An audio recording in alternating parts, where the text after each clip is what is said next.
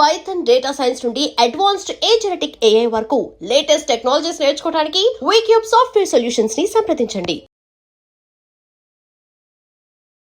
ఆరేళ్ళ పసిపాప చిరునవ్వుల చిన్నారిని నాపై జరిగినది నేడు అత్యాచారమా నేనేమి చేసితి ప్రేరేపణ నీ మోహపు చూపుల్లో జిక్కిన తీర్చేసుకున్నావా కామపు దాహం బలి తీసుకున్నావా నా బాల్యము.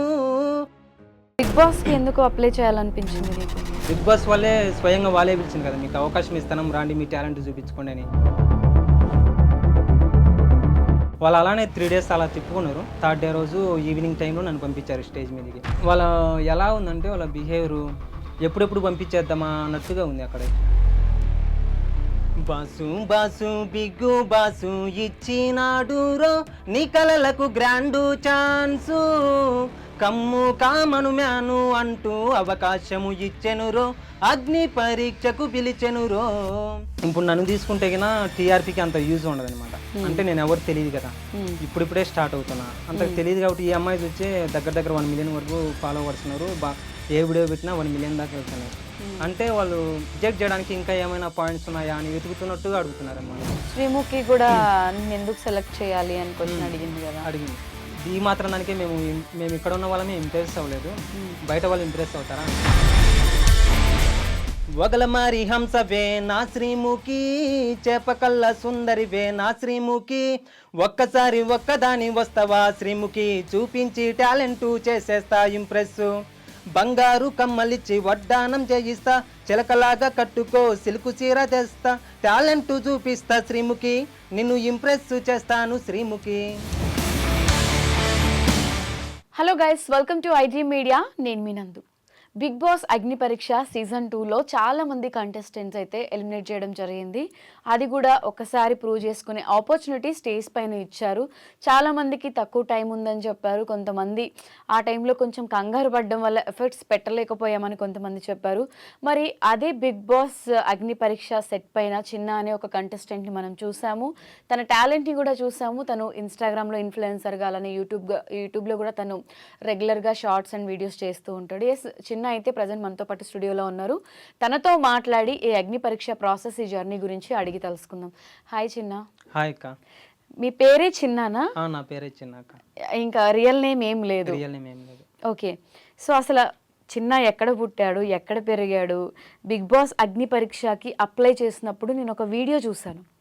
ఆ వీడియో పర్టికులర్గా అంటే పడుతున్న స్ట్రగుల్స్, కష్టాలన్నీ కూడా ఉండడానికి ఇల్లు కూడా లేదు, అదంతా కూడా క్లియర్గా కనిపించింది. ఫాదర్ లేరు, ఇవన్నీ కూడా నువ్వు మాట్లాడావు. అసలు నీ జర్నీ గురించి చెప్పు ఫస్ట్. మాది కడప జిల్లాలోని వరకుంట్ల అనే ఒక మారుమూల గ్రామం అక్క. మేము అక్కడే జన్మించాము. అయితే చిన్నప్పటి నుండి నాకు ఒక 3rd class ఉన్నప్పటి నుంచే సాంగ్స్ పాడడం అన్నా చాలా ఇష్టం. సాంగ్స్ పాడడం అన్నా, సాంగ్స్ రాయడం అన్నా చాలా ఇష్టం అనమాట.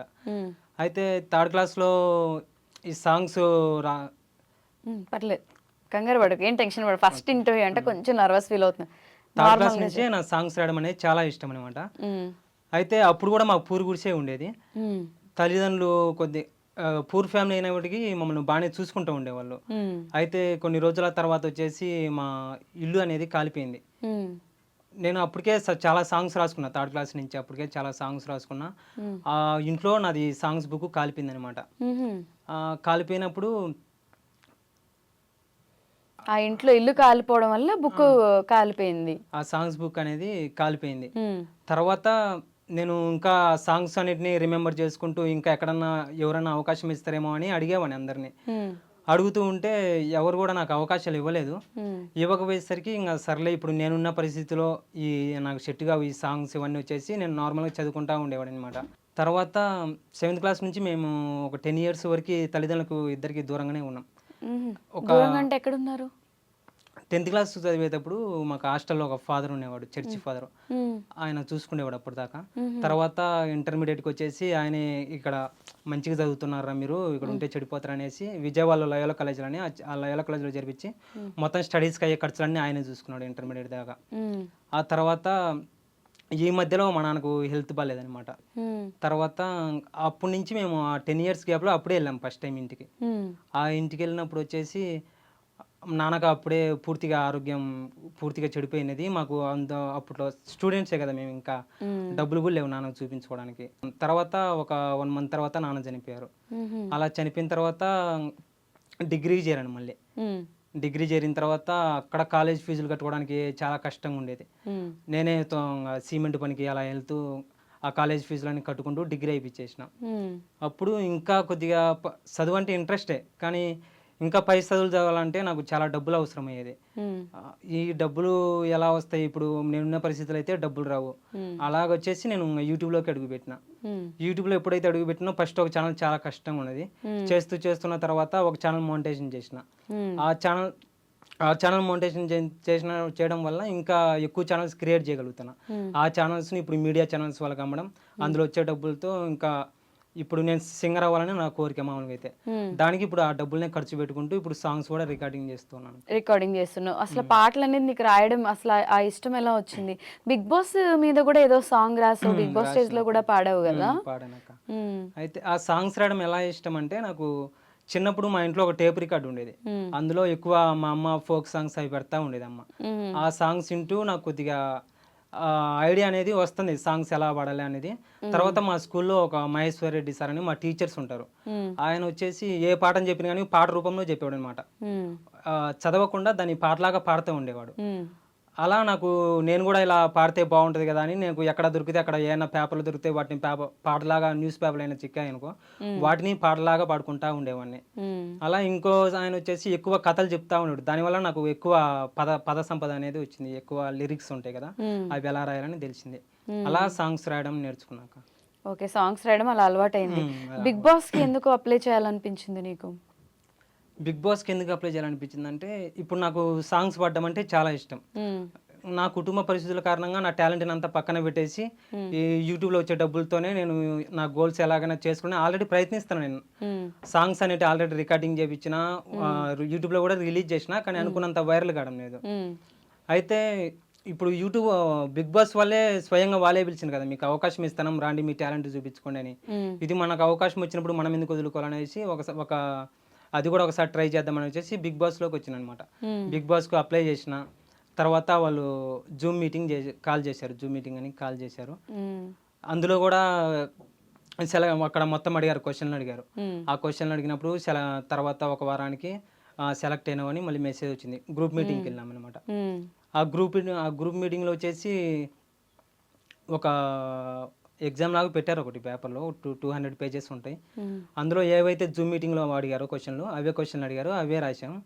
తర్వాత మాకంటూ మాట్లాడుకోమని చెప్పారనమాట. అప్పుడు నేను కొత్త కాబట్టి నేను ఏం మాట్లాడలేదు, సైలెంట్గానే ఉన్నా. ఒక సాంగ్ పాడమన్నారు, పాడిన తర్వాత ఇంటికి వచ్చేసిన, మళ్ళీ సెలెక్ట్ చేసినామని మళ్ళీ మెసేజ్ వచ్చింది. ఈసారి ఏదో అదృష్టం బాగానే ఉన్నట్టుందిరా అనుకొని మళ్ళీ అగ్ని పరీక్షకని వచ్చినాం అనమాట. అగ్ని పరీక్షకు వచ్చిన తర్వాత అక్కడ ఆ రోజే మా మామయ్య కూడా చనిపోయాడు అనమాట. అగ్ని పరీక్షకు వచ్చిన రోజు మా మామయ్య చనిపోయాడు. అది కాక దానికంటే ఒక వారం ముందు మా తాతయ్య చనిపోయాడు. మా తాత చనిపోయిన అది పెద్ద కర్మ వచ్చేసి ఆ రోజు అగ్ని పరీక్ష జరిగే రోజే. ఆ రోజే మళ్ళీ మా మామయ్య చనిపోయాడు.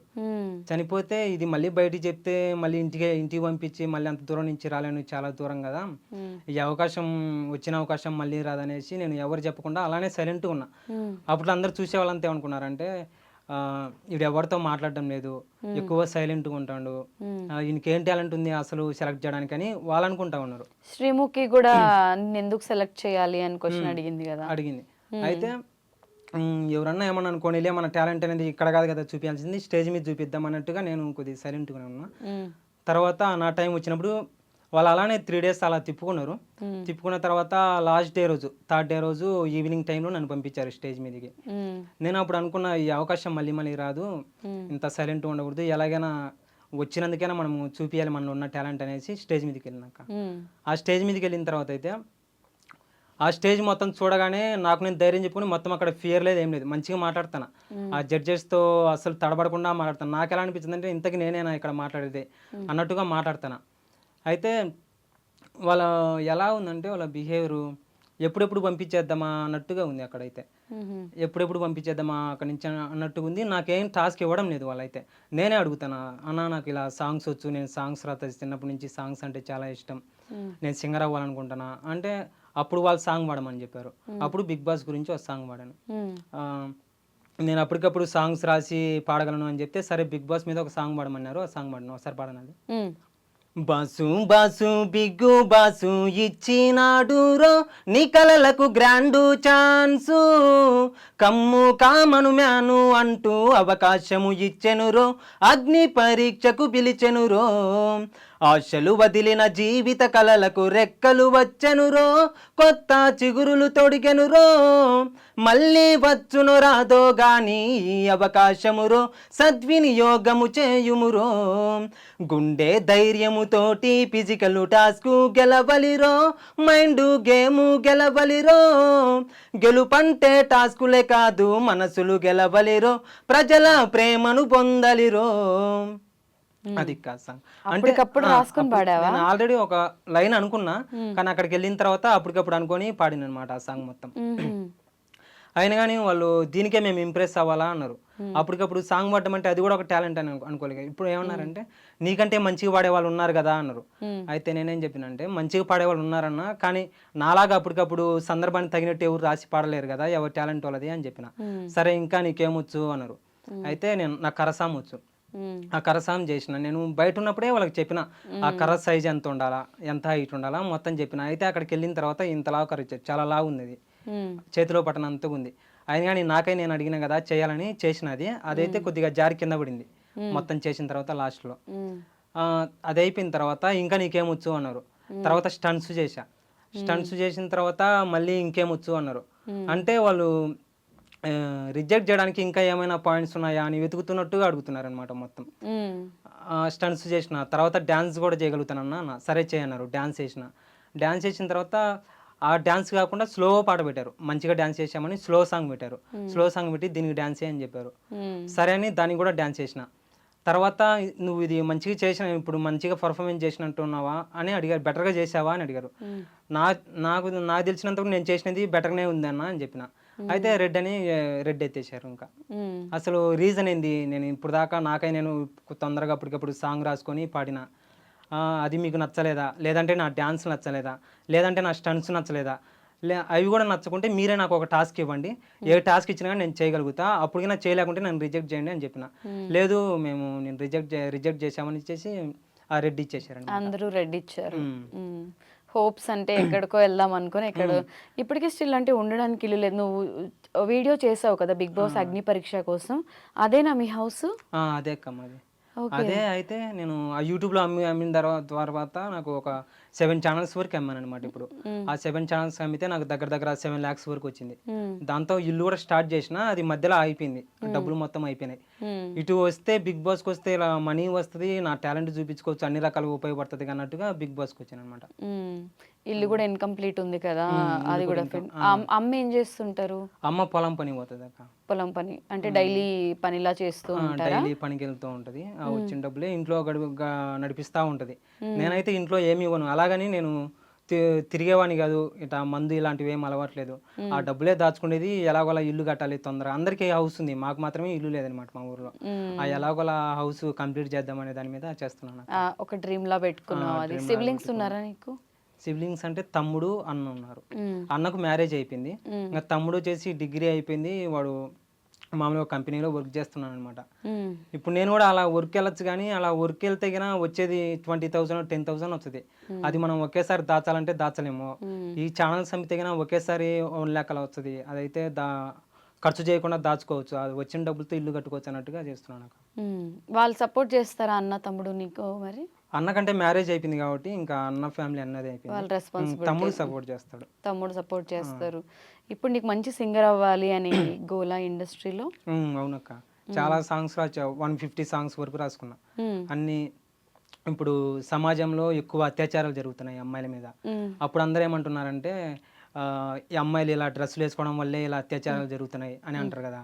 అయితే నేనేమనుకుంటానంటే చిన్నపిల్లల మీద కూడా ఈ అత్యాచారాలు జరుగుతున్నాయి. వాళ్ళకి చీర కట్టుకోవడం కూడా రాదు. సరే చిన్నపిల్లలు అంటే చేసిండ్రు, ఆఖరికి ముసలి మీద కూడా అత్యాచారాలు చేస్తున్నారు అని దాన్ని ప్రశ్నించే విధంగా ఒక సాంగ్ రాసిన. ఒకసారి పాడతావా? పాడతా. ఈ పాట వచ్చేసి ఒక చిన్న పాప మీద అత్యాచారం జరిగింటది. అప్పుడు ఆ పాప యొక్క వేదన ఎలా ఉంటది అనేది ఈ సాంగ్ లో పూర్తిగా ఎక్స్ప్లెయిన్ చేసిన. ఆ పాప ఏమేం క్వశ్చన్లు అడగాలనుకుంటుంది సమాజాన్ని అని.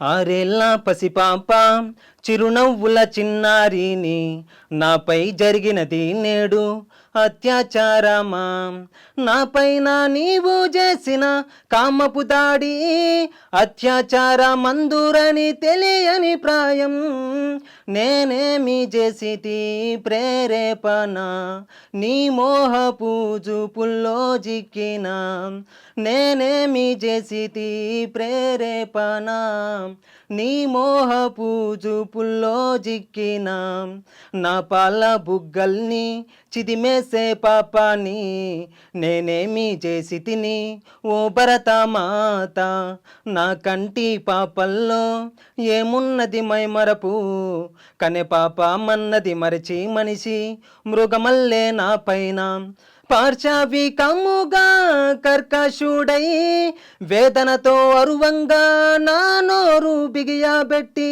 తీర్చేసుకున్నవా కామపు దాహం, బలి తీసుకున్నవా నా బాల్యము, న్యాయమెక్కడుందని చెప్పుకోను వేదన సర్వసాధారణమాయే భారతదేశాన, న్యాయమెక్కడుందని చెప్పుకోను వేదన సర్వసాధారణమాయే భారతదేశాన, ఆరేళ్ళ పసిపాప చిరునవ్వుల చిన్నారిని, నాపై జరిగినది నేడు అత్యాచారమా, 60 ఏళ్ళ ముసలిపై జరిగినది అత్యాచారం, 25 ఏళ్ళ పడుచుపై జరిగినది ఈ ఘోరం, చీరగట్టుకోకనే ఈ దారుణం జరిగిందని కాకై కూసే ఈ లోకము, చీరగట్టుకోవడమైన నాకు రాదండి, పురుష కామాందులారా మన్నించండి,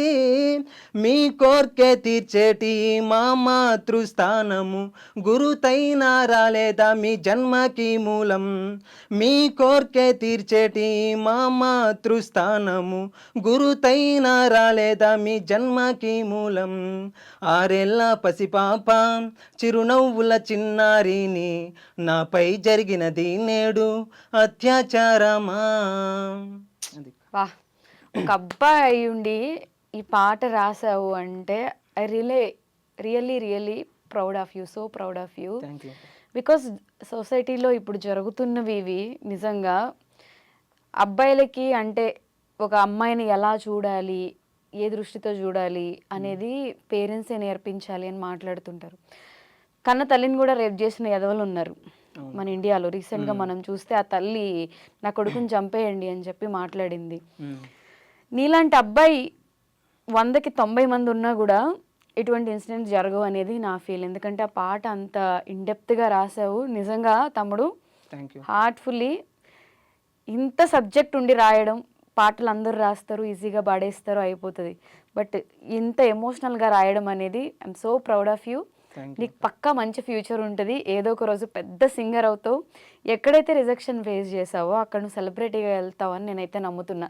నీ గురించి నాకేం తెలీదు, ఇప్పుడు ఈ పాట విన్న తర్వాత నాకు ఆ ఫీల్ అయితే వచ్చింది.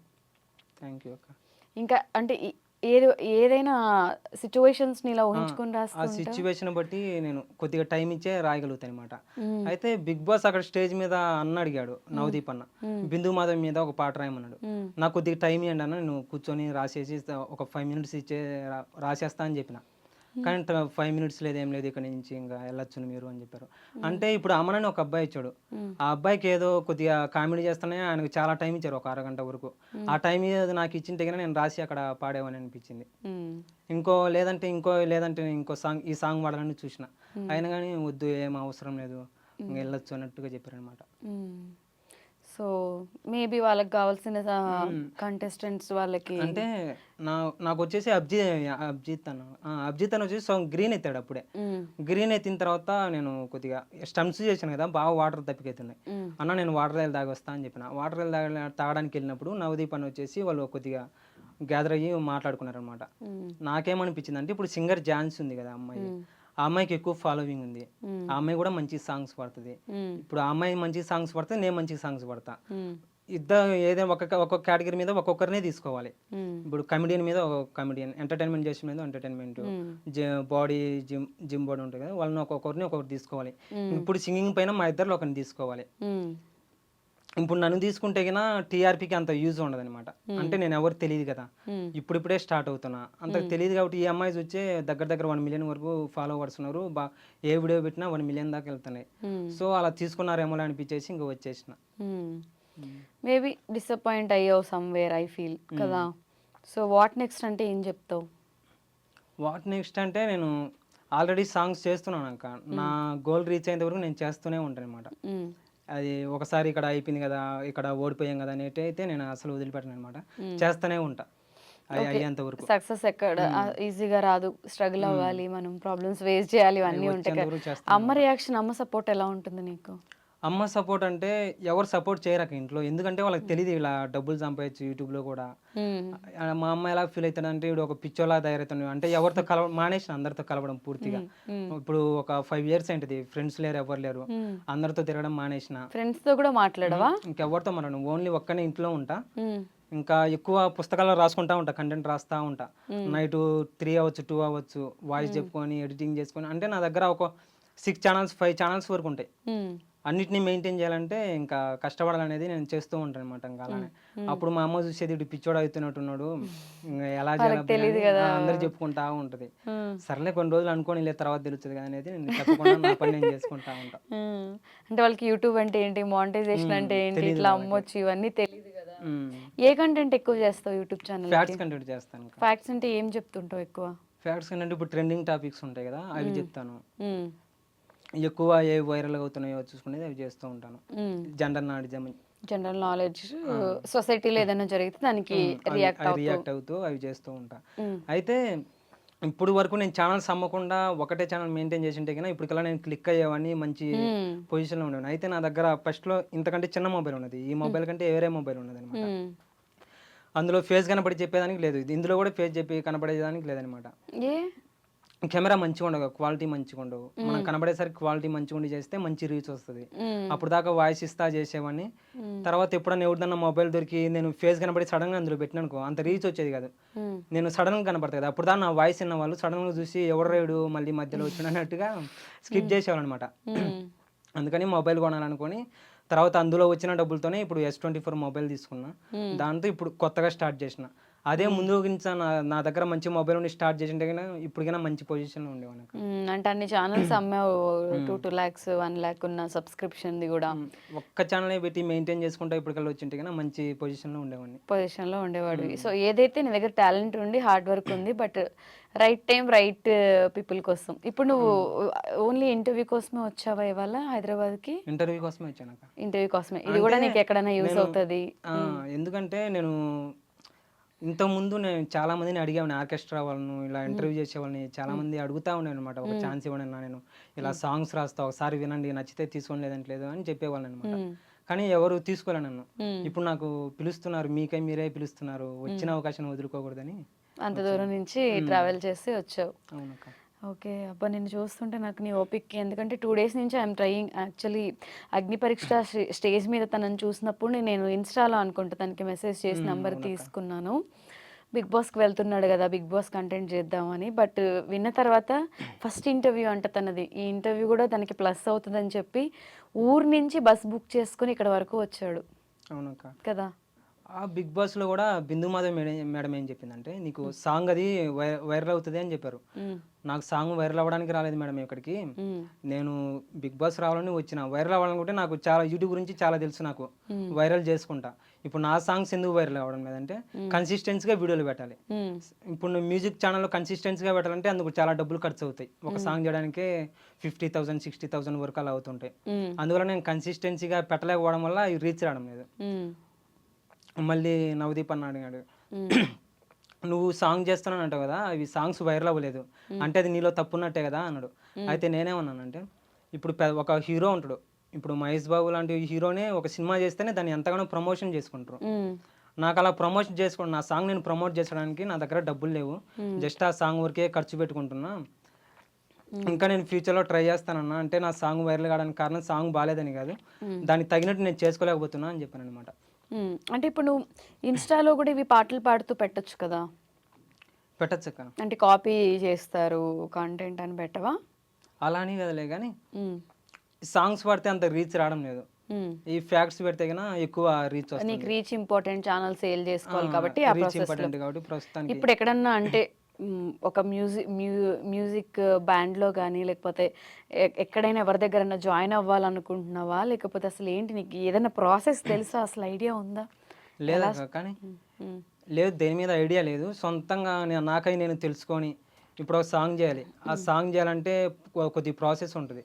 ఎలా చేయాలి, ఒక సాంగ్ రికార్డింగ్ చేసిన తర్వాత దాన్ని ఎలా ప్రమోట్ చేసుకోవాలి, తర్వాత అది వైరల్ కావాలంటే కొద్దిగా యాక్టింగ్ చేయాల్సి వస్తుంది, డ్యాన్స్ చేయాల్సి వస్తుంది. ఇదంతా నాకు ప్రాసెస్ తెలియదు అనమాట. ఫోక్ సాంగ్స్ కూడా ఈ మధ్య కాలంలో బాగా హిట్ అవుతున్నాయి అంట, కాన్సెప్ట్స్ అన్ని కూడా వర్కౌట్ అవుతున్నాయి, చాలా వరకు వర్కౌట్ అవుతున్నాయి. కానీ దాని గురించి నాకు తెలియదు కదా అక్క. తెలియకపోవడం వల్ల ఏమవుతుందంటే ఫస్ట్ ఒక మిస్టేక్ చేయాల్సి వస్తుంది. ఆ మిస్టేక్ చేసిన తర్వాత ఇలా చేయకుండా ఇంకోలా చేసింటే రీచ్ వస్తుందేమో, అలా నాకు చెప్పేవాళ్ళు లేరు కదా చుట్టూ. అలా మిస్టేక్ చేసి తెలుసుకొని మళ్ళీ ఆ తప్పు జరగకుండా నెక్స్ట్ ట్రై చేయాల్సి వస్తుంది. అలా లేట్ అవుతుంది ప్రాసెస్. ఊర్లో ఉంటే మరి ఇంత నాలెడ్జ్ షేర్ చేసే వాళ్ళ ఇండస్ట్రీ అంతా ఇటువైపు ఉంది, నువ్వు ఎక్కడో ఊర్లో ఉంటే మరి నీకు ఆ కనెక్షన్ అనేది సెట్ కాదు కదా, సెట్ అవ్వదు. మరి ఇక్కడ ఉండడానికి ఎందుకు ఇక్కడ ఉండి ట్రై చేయాలని అనిపించలేదా? ట్రై చేయాలనిపించింది. ఇక్కడ ఎవరు నాకు తెలిసిన వాళ్ళు ఎవ్వలేరు. ఒక 3 months బ్యాక్ నేను ఇక్కడ E60 ఛానల్లో వర్క్ చేయడానికి వచ్చాను అనమాట. అక్కడ ఆయన ఏం చెప్పారంటే, ఇవి యూట్యూబ్ ఛానల్స్ డెవలప్ చేసి నీకు 25,000 శాలరీ ఇస్తామని చెప్పారు. ఆయన చెప్పినట్టుగానే 3 monthsలో 4 ఛానల్స్ వరకు మోనిటైజేషన్ చేసి ఇచ్చా. కానీ ఆయన మనీ ఇవ్వలేదన్నమాట. మనీ ఇవ్వకుంటే ఇంకా అలా గొడవ అయ్యా, ఇంత ఇంటికి వెళ్ళిపోయినా. ఇంకా అక్కడ ఇంటి దగ్గరే ఉంటాను. ఇక్కడికి వచ్చి మళ్ళీ ఇంత ఎక్కువ ఖర్చులు అవుతున్నాయి, హాస్టల్ ఫీజు ఇవన్నీ అవుతున్నాయి, సరిగ్గా అమౌంట్ ఇవ్వడం మీద ఆయన అనేసి ఇంటికి వెళ్ళిపోయినా. అయ్యో, రాంగ్ ప్లేస్లో పడ్డావు. రావడమే రైట్ ప్లేస్లో ఇప్పించుకున్నా. అయితే డబ్బులు అయితే ఇప్పించుకున్నా, కొద్ది పోలీసులకి చెప్పేసి నా అమౌంట్ వరకు, నాకు రావాల్సిన అమౌంట్ వరకు తీసేసుకొని వెళ్ళిపోయావా? ఓకే, ఇప్పుడు ఏం చేద్దాం అనుకుంటున్నావు? ఇప్పుడు మొబైల్ తీసుకున్నా, S24 మొబైల్ తీసుకున్నా. అంటే ఫేస్ కనబడి వీడియో చేయాలని తీసుకున్నా. ఆ వీడియో చేసి మంచి రీచ్ వచ్చే వరకు చేసి 3 months టార్గెట్ పెట్టుకున్నా. 3 monthsలో పక్కా 1 lakh సబ్స్క్రైబర్స్ అవుతారు, మంచి రీచ్ వస్తుందని అనుకుంటాను. అంటే నాకున్న నాలెడ్జ్ని బట్టి, ఎక్స్పీరియన్స్ని బట్టి, కాంటెంట్ పెంచుకొని ఫేమ్ తెచ్చుకున్న తర్వాత సాంగ్స్ వైపు వద్దాం అనుకుంటున్నా. అందులో అమౌంట్ వస్తుంది కదా, డబ్బులు వచ్చినప్పుడు ఆ డబ్బులతో సాంగ్స్ చేసుకుంటే మంచిది అనిపిస్తుంది. ఓకే, సో ఇంకా ఏదైనా చెప్పాలి అనుకుంటున్నావా ఈ ఇంటర్వ్యూ త్రూ? సపోర్ట్ చేయండి, మాకు కూడా అవకాశాలు ఇవ్వండి, మన టాలెంట్ గ్రహించి అని చెప్దాం అనుకుంటాను. చెప్పు, నీ ఫీలింగ్, నీ ఒపీనియన్, నీ స్ట్రగుల్స్, అసలు నీ గురించి ఏదైనా నాకు ఓపెన్ అప్ అయ్యి. ఈ ఇంటర్వ్యూ కోసం నువ్వు చాలా కష్టపడ్డావు. ఫస్ట్ ఇంటర్వ్యూ, నీకు ఇప్పుడు ఆ ఛాన్స్ వచ్చింది, నువ్వేం మాట్లాడాలనుకుంటున్నావో నువ్వు మాట్లాడవచ్చు. ప్రతి ఒక్కరిలో టాలెంట్ అనేది ఉంటుంది. ఆ టాలెంట్ ప్రూవ్ చేసుకోవడానికి ఒక ప్లాట్ఫామ్ కావాలి. ఆ ప్లాట్ఫామ్ ఎవరన్నా అవకాశాలు ఇచ్చే బాగుంటుంది. ఒకవేళ అవకాశం ఇవ్వకపోయినా కానీ మన ప్రయత్నం మనం చేయాలి. మనకై మనమే అవకాశాలు క్రియేట్ చేసుకోవాలి. మన ప్రయత్నం మనం చేస్తున్నప్పుడు ఏదో ఒక రోజు అవకాశం వస్తుంది, మనం కూడా సక్సెస్ అవుతాం అక్క. ఓకే, అదైతే కాన్ఫిడెన్స్ అయితే ఉంది. ఓకే, సో కొత్త టాలెంట్, యంగ్ టాలెంట్ అండ్ బాగా రాస్తున్నాడు. ఒక పాట ఏదన్నా పాడతావా లాస్ట్? అంటే శ్రీముఖి వచ్చేసి ఏమన్నదంటే, నన్ను ఈ మాత్రం దానికే మేము ఇక్కడ ఉన్న వాళ్ళమే ఇంప్రెస్ అవ్వలేదు, బయట వాళ్ళు ఇంప్రెస్ అవుతారా అన్నది. అందుకని ఆ మీద ఒక సాంగ్ రాశాను, అది పాడతాను. అక్కడ పాడావా? అక్కడ పాడలేదు, నన్ను పాడే అవకాశం ఇవ్వలే వాళ్ళు, పాడుతున్నారు. సో ఇక్కడ పాడు. ఇక్కడ పాడేస్తాను. వగలమారి హంసవే నా శ్రీముఖి, చేపకల్ల సుందరివే నా శ్రీముఖి, ఒక్కసారి ఒక్కదాని వస్తావా శ్రీముఖి, చూపించి టాలెంట్ చేసేస్తా ఇంప్రెస్, గులాబీల గుడి కట్టి గుండెలోన నిన్ను దాచి, రోజా పూలు రోజు తెచ్చి ప్రేమ పూజ నీకు చేసి, టాలెంట్ చూపిస్తా శ్రీముఖి, నిన్ను ఇంప్రెస్ చేసేస్తా శ్రీముఖి, మంచి మల్లె పూలు తెచ్చి మంచిగా చూసుకుంటా, పొద్దు తిరుగుడు పువ్వులాగా నీ చుట్టే తిరుగుతుంటా, టాలెంట్ చూపిస్తా శ్రీముఖి, నిన్ను ఇంప్రెస్ చేస్తాను శ్రీముఖి, వగలమారి హంసవే నా శ్రీముఖి, చేపకల్ల సుందరివే నా శ్రీముఖి, ఒక్కసారి ఒక్కదాని వస్తావా శ్రీముఖి, చూపించి టాలెంట్ చేసేస్తా ఇంప్రెస్, బుల్లెట్ బండి పైన ఊరంతా ఊరేగిస్తా, అద్దాల మేడ ఇచ్చి మేడమంటూ మురిసిపోతా, టాలెంట్ చూపిస్తా శ్రీముఖి, నిన్ను ఇంప్రెస్ చేస్తాను శ్రీముఖి. బంగారు కమ్మలిచ్చి వడ్డానం చేయిస్తా, చిలకలాగా కట్టుకో సిల్కు చీర తెస్తా. టాలెంట్ చూపిస్తా శ్రీముఖి, నిన్ను ఇంప్రెస్ చేస్తాను శ్రీముఖి. అంతేకా. శ్రీముఖిని ఇంప్రెస్ చేయడానికి ఈ పాట రాసావు. ఓకే. అంటే ఆమె రిజెక్ట్ చేసిన, ఇంప్రెస్ అవ్వలేదు అన్నది కదా, అందుకని సాంగ్ చేసిన. కుదిరితే చేస్తా, రికార్డింగ్ చేపిస్తా సాంగ్ ఇది. శ్రీముఖిని ఇంప్రెస్ చేయడానికి రికార్డింగ్ చేపిస్తావా? చేస్తాను. ఓ మై గాడ్, శ్రీముఖి మిమ్మల్ని ఇంప్రెస్ చేయడానికి చూడండి మనోడు రికార్డింగ్ చేస్తా అంటున్నాడు. ఇంప్రెస్ అవ్వండి. ఇంప్రెస్ అవ్వమని అడుగుతావా? ఓకే, ఈ సాంగ్ కూడా మన వాళ్ళు ప్రమోట్ చేస్తారు. మేబీ తను చూస్తుందేమో, రియాక్ట్ అవుతుందేమో చూద్దాం. అండ్ చిన్న all the very best. Thank you అక్క. ఏమేం గోల్స్ రీచ్ అవ్వాలనుకుంటున్నావు అన్నీ హ్యాపీగా రీచ్ అవ్వు. జర్నీ అలా ముందుకెళ్తుంది, అప్ అండ్ డౌన్స్ ఇవన్నీ కామన్ కాబట్టి నీకున్న టాలెంట్ నిజంగా పాడిన మిడిల్లో చిన్నపిల్లలు రేప్ గురించి పాడిన పాట నాకు బాగా నచ్చింది, బాగా కనెక్ట్ అయింది. యంగ్ టాలెంట్ బాగా ఇంప్రూవ్ అవుతావు, ఇంకా ఇంప్రూవ్ చేసుకో, మంచి సర్కిల్ని పట్టుకో, రైట్ పీపుల్ దొరికితే నువ్వు సక్సెస్ అవుతావు అని నేనైతే అనుకుంటున్నాను. ఓకే అక్క, థ్యాంక్ యూ సో మచ్ అక్క. Okay, all the very best. Thank you so much for coming. And for more videos, Please subscribe to iDream. Please subscribe to iDream. Please subscribe iDream. And please subscribe to iDream. For more videos, subscribe to iDream. please like, share, and subscribe to the channel. Congratulations, iDream. Subscribe to iDream. Subscribe to iDream. So subscribe to iDream Media. iDream team అందరికి huge congratulations. Please subscribe iDream Media. Please subscribe to iDream. Subscribe iDream. Please subscribe to iDream. iDream అంటే నా కళల ఛానల్ను subscribe చేసుకున్న నోరు తిరుగుతలేదు, మీరైతే గంట గుర్తు కొట్టండి. For more such videos, please subscribe to iDream. Subscribe to iDream. Please subscribe to iDream. Please subscribe iDream Media. Please do subscribe to iDream. Please subscribe to iDream Media. For best entertainment and information, please subscribe iDream. And don't forget to subscribe to iDream.